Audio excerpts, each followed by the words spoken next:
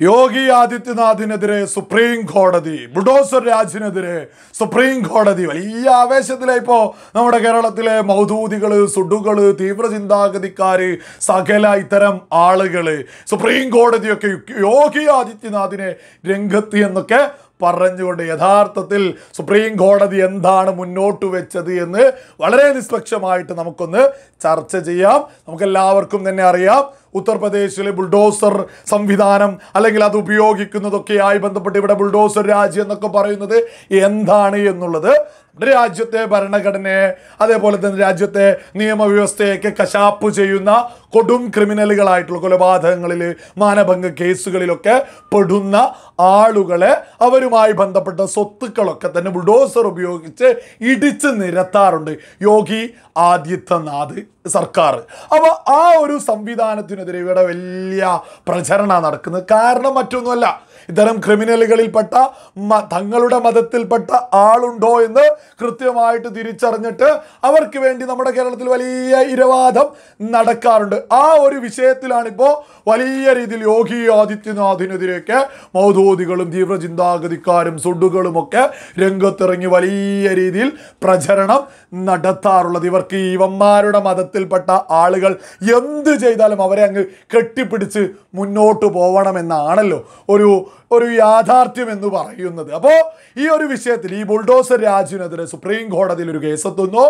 ഒരുപാട് പരാതികളും കാര്യങ്ങളൊക്കെ തന്നെ ഉണ്ട് ഈ ഒരു ബുൾഡോസർ രാജിനെതിരെ. അപ്പോൾ അത് ആ ഒരു കേസ് പരിഗണിക്കുന്ന സമയത്ത് സുപ്രീം കോടതി വ്യക്തമായിട്ടൊരു പരാമർശം അങ്ങ് മുന്നോട്ട് വെച്ചു. ഒരു വ്യക്തി തെറ്റു ചെയ്തു എന്ന് കരുതിയിട്ട് ആ വ്യക്തിയുടെ വീട് പൊളിക്കുന്നത് ശരിയല്ല എന്നൊരു പരാമർശമാണ് നടത്തിയിട്ടുള്ളത്. എന്നാൽ ഈ ഒരു വിഷയത്തിൽ തന്നെ യോഗി ആദിത്യനാഥ് സർക്കാർ ഒരു സത്യവാങ്മൂലം സുപ്രീം കോടതിയിൽ സമർപ്പിച്ചു. ഇന്നേ വരെ അനധികൃത കെട്ടിടമല്ലാത്ത മറ്റൊരു കെട്ടിടം പോലും പൊളിച്ചിട്ടില്ല എന്ന്. ഇത്രയും കാലം പൊളിച്ചിട്ടുള്ള സകലതും അനധികൃതമായിട്ടുള്ള കെട്ടിടങ്ങളാണ് എന്ന് കൃത്യമായിട്ട് യോഗി ആദിത്യനാഥ് സർക്കാർ സുപ്രീം കോടതിയിൽ സത്യവാങ്മൂലം സമർപ്പിച്ചു. ആ സത്യവാങ്മൂലം കണ്ട് സ്പോട്ടിൽ തന്നെ സുപ്രീം കോടതി കൃത്യമായിട്ട് യോഗി ആദിത്യനാഥ് സർക്കാരിനെ പ്രശംസിക്കുകയാണ് ചെയ്തിട്ടുള്ളത്. അതേപോലെ തന്നെ ചരിത്രപരമായിട്ടുള്ളൊരു പ്രഖ്യാപനവും നടത്തി. ഇതുപോലെയുള്ള അനധികൃത കെട്ടിടങ്ങൾ പൊളിക്കുന്നതുമായി ബന്ധപ്പെട്ടൊരു മാർഗനിർദ്ദേശം രാജ്യത്തെ എല്ലാ സർക്കാരുകൾക്കും അയക്കുമെന്നുമുള്ളൊരു പ്രഖ്യാപനം കൂടി സുപ്രീം കോടതി നടത്തിയിട്ടുണ്ട്. ഇതാണ് പ്രധാനപ്പെട്ട വിഷയങ്ങൾ ഈ സുപ്രീം കോടതി ബുൾഡോസർ രാജുമായി ബന്ധപ്പെട്ടൊക്കെ മുന്നോട്ട് വെച്ചത് എന്നുള്ളതാണ് യാഥാർത്ഥ്യം. എന്നാൽ ഇവിടെയുള്ള മൗദൂദികളും സുഡുകളും തീവ്ര ചിന്താഗതിക്കാരും അതിലൊരു പരാമർശം മാത്രം ഉയർത്തിയിട്ട് സുപ്രീം കോടതി യോഗി ആദിത്യനാഥിനെതിരെ എന്നൊക്കെ പറഞ്ഞ് ആഘോഷിക്കുക. ഇപ്പോൾ ഇത്തരം ആളുകളെയൊക്കെ വെല്ലുവിളിക്കുക. യോഗി ആദിത്യനാഥിൻ്റെ പ്രശംസിച്ച സുപ്രീം കോടതിയെ പ്രശംസിക്കാൻ നിങ്ങൾക്ക് ധൈര്യമുണ്ടോ? അത്തരം ധൈര്യമുള്ള ഒരു തീവ്ര ചിന്താഗതിക്കാരനും സുഡുകളും മൗദൂദികളും ഇവിടെ ഇല്ലല്ലോ. തങ്ങൾക്ക് അനുകൂലമായിട്ട് വന്നാൽ മാത്രം സുപ്രീം കോടതി നല്ലത്, അല്ലെങ്കിൽ അതിനെ എതിർക്കുക. അത് യോഗിക്ക് അനുകൂലമായിട്ട് സുപ്രീം കോടതി പോലും എന്ന് ഇനി ഒരു വിഷയത്തെക്കുറിച്ച് ഇത്തരം ആളുകൾ പറയൂ എന്നുള്ളത് സുബോധമുള്ള സകല ആളുകൾക്കും അറിയാവുന്നതാണ്. ഈ യോഗി ആദിത്യനാഥ് നമ്മൾ എന്താ മനസ്സിലാക്കുന്നത്? ജാതി മത ഭേദമന്യേ ഉത്തർപ്രദേശില് ഏതൊരു ക്രിമിനൽ ആണെങ്കിലും നമ്മുടെ രാജ്യത്തെ ഭരണഘടനയെ നിയമവ്യവസ്ഥയൊക്കെ കാറ്റിൽ പറത്തുന്ന കൊടും ക്രിമിനലുകൾക്കെതിരെ ശക്തമായിട്ടുള്ള ഒരു പ്രഖ്യാപനം തന്നെയല്ലേ. ആര് ക്രിമിനലുകളുമായി ഈ ക്രിമിനൽ പ്രവർത്തനം നടത്തുന്നോ അവരെ തുടച്ചു നീക്കുമെന്നുള്ളൊരു കൃത്യമായ പ്രഖ്യാപനമാണ് യോഗി ആദിത്യനാഥ് നടത്തുന്നത്.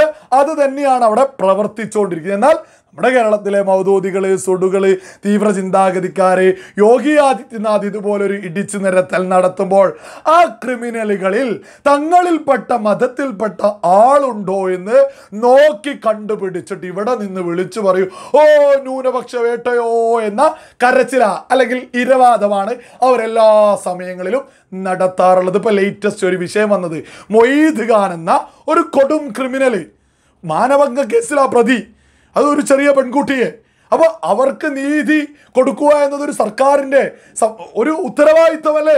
ഒരു ക്രിമിനൽ ഇപ്പോൾ ഉത്തർപ്രദേശിൽ നടക്കുന്നത്, ഒരു ക്രിമിനൽ, കൊടും ക്രിമിനൽ ആയിട്ടുള്ള ഒരു വ്യക്തി ഈ ഒരു പിടിക്കലിലേക്ക്, ഒരു അറസ്റ്റിലേക്ക് എത്തുമ്പോൾ കൃത്യമായിട്ട് അങ്ങ് പരിശോധിക്കും എന്തൊക്കെ സ്വത്ത് വിവരങ്ങളുണ്ട്, എന്തൊക്കെ. ഈ ക്രിമിനലുകൾ നമ്മുടെ ഭരണഘടനയൊക്കെ കാറ്റിൽ പറത്തുന്ന ആളുകൾ അവരുടെ ജീവിതത്തിലുടനീളം പല രീതിയിലുള്ള കുറ്റകൃത്യങ്ങൾ നടത്തിയിട്ടുണ്ടാവും എന്നുള്ളതൊക്കെ ഒരു യാഥാർത്ഥ്യമല്ലേ.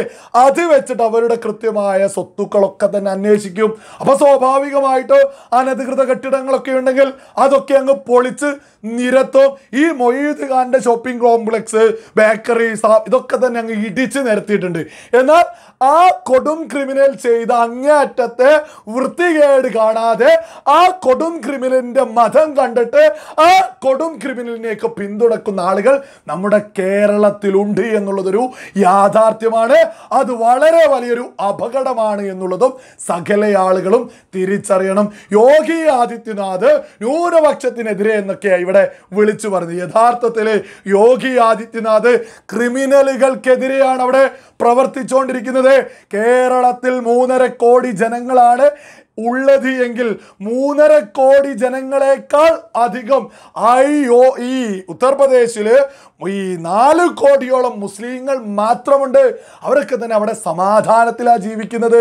എന്നാൽ അവിടെ ക്രിമിനൽ പ്രവർത്തനത്തിൽ എത്തുന്ന ആളുകളുടെ അവസ്ഥ മൊയ്ത് ഖാനെ പോലെ തന്നെയാണ് എന്നുള്ളതിലും ഒരു തർക്കവും ആർക്കും തന്നെ വേണ്ട. ഈ ഒരു വിഷയത്തിൽ വളരെ പ്രധാനപ്പെട്ട ഒരു വിഷയം മുന്നോട്ട് വെക്കാൻ നമ്മുടെ സോഷ്യൽ മീഡിയകളിലൊക്കെ തന്നെ നമ്മളെല്ലാവരും തന്നെ കാണുന്നതുമാണ്. ഖത്തറിൽ ഇതുപോലെ എന്തെങ്കിലും ഒരു ക്രിമിനൽ പ്രവർത്തനത്തിൽ അല്ലെങ്കിൽ ഒരു കൊലപാതക കേസിലൊക്കെ പിടിക്കപ്പെട്ട് കഴിഞ്ഞാൽ സ്പോട്ടിൽ തന്നെ അവർക്കെതിരെ നടപടികൾ എടുക്കുന്ന സമയത്ത് നമ്മുടെ സോഷ്യൽ മീഡിയയിൽ ഖത്തർ രാജാവിൻ്റെ ഫോട്ടോ ഒക്കെ വെച്ചിട്ട് വലിയ ആശംസകൾ, ഇതാവണം, ഇങ്ങനെയാവണം നിയമം, ഇതാവണം നിയമം എന്നൊക്കെ പറഞ്ഞ് വലിയ രീതിയിൽ ഖത്തറിനെയൊക്കെ പ്രശംസിച്ച ഒരുപാട് ആളുകളെ നമ്മൾ സോഷ്യൽ മീഡിയകളിലൂടെ കാണാറുണ്ട്. എന്നാൽ യോഗി ആദിത്യനാഥ് അതിനേക്കാൾ ശക്തമായിട്ടുള്ള നിലപാടുകൾ നമ്മുടെ രാജ്യത്ത് എടുക്കുമ്പോൾ സ്ത്രീകൾക്കെതിരെ അതിക്രമം നടത്തിയവനെതിരെ, കൊലപാതകങ്ങളിൽ പ്രതിയായവന്റെ എതിരെ ശക്തമായിട്ടുള്ള നടപടികൾ യോഗി ആദിത്യനാഥ് എന്ന അതിശക്തനായിട്ടുള്ള ഭരണാധികാരി എടുക്കുമ്പോൾ എന്തുകൊണ്ടാ ഈ ഖത്തർ രാജാവിനെ പ്രശംസിക്കുന്നത് പോലെ യോഗി ആദിത്യനാഥിനെ പ്രശംസിക്കാൻ സാധിക്കാത്തത്? ഒരൊറ്റ കാരണം, ഇത്തരം സോഷ്യൽ മീഡിയയിലെ പ്രചാരകർ മതം നോക്കി മാത്രമേ പ്രശംസിക്കൂ എന്നുള്ളത്. എത്ര കൊടും ക്രിമിനലായിട്ടും ഈ മൊയ്ത് ഖാനെ പോലും പിന്തുണക്കുന്ന ആളുകൾ നമ്മുടെ കേരളത്തിലില്ലേ? ഈ യോഗി ആദിത്യനാഥ് ചെയ്യുന്ന ജാതി മതഭേദമന്യേ ക്രിമിനലുകൾ ആരോ അവരെ അങ്ങ് ഇടിച്ചു നിരത്തുക ചെയ്യുന്നത്. ആ സമയത്ത് കേരളത്തിൽ നിന്നൊരു യാതൊരു ഉളുപ്പുമില്ലാതെ ക്രിമിനലുകളുടെ മതം നോക്കിയിട്ടോ ന്യൂനപക്ഷ വേട്ടയോ എന്ന ഇരവാദം ഉന്നയിക്കുന്നവരുടെയൊക്കെ സ്ഥാനം എന്ന് പറയുന്നത് ചവറ്റുകൊട്ടയിലാണെന്ന് സകല ആളുകളും തിരിച്ചറിയുക. എന്തിനേറെ പറയുന്നു, നമ്മളെല്ലാവരും ലൈവായിട്ട് കണ്ടതല്ലേ അനധികൃതമായിട്ട് നമ്മുടെ കേരളത്തിൽ ഒരു ഫ്ലാറ്റ് സമുച്ചയം ഇടിച്ച് തകർക്കുന്നത്. ആ ഒരു ഫ്ലാറ്റ് ഇടിച്ച് തകർത്തത് ഈ ഉത്തർപ്രദേശിലാണെങ്കിൽ ആ ഫ്ലാറ്റിൽ എത്ര മുസ്ലിങ്ങളുണ്ട് എന്ന് എണ്ണമെടുത്തിട്ട് ന്യൂനപക്ഷ വേട്ടയോ എന്ന് പറഞ്ഞ് ഇവിടെയുള്ള തീവ്ര ചിന്താഗതിക്കാർ രംഗത്ത് വരുമെന്നുള്ള ഒരു യാഥാർത്ഥ്യം നമ്മുടെ കേരളത്തിലെ സുബോധമുള്ള സകല ആളുകളും ഇപ്പോൾ മനസ്സിലാക്കിക്കൊണ്ടേ ഇരിക്കുകയാണ്. യോഗി ആദിത്യനാഥിനെ അനധികൃത ഈ സ്വത്തുക്കൾ, ക്രിമിനലുകളുടെ സ്വത്തുക്കളൊക്കെ ഇടിച്ച് നിരത്തിയതിനെയൊക്കെ സുപ്രീം കോടതി പ്രശംസിച്ചതാണ് എന്നുള്ളത് സകല ആളുകളും തിരിച്ചറിയുക.